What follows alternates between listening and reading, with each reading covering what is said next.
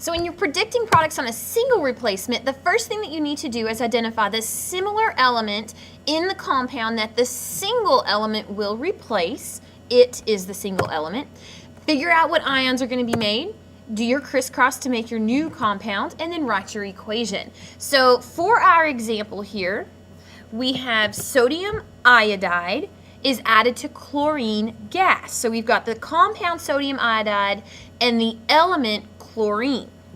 So for sodium iodide, we've got sodium with a +1 charge, and we have iodine with a -1 charge. So that compound's formula is going to be NaI.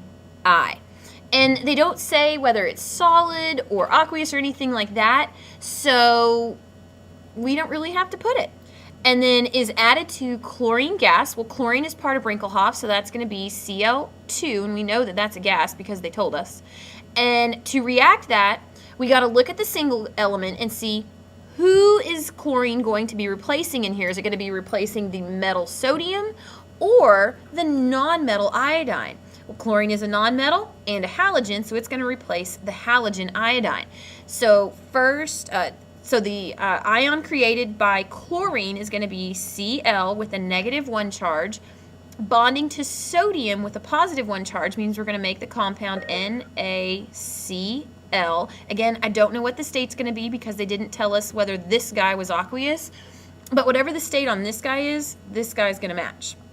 And then the other product is going to be pure iodine. And iodine is part of Brinkelhoff, so it's going to be I2. And pure iodine, according to the periodic table, is going to be a solid. And then the last thing that we need to do is balance this.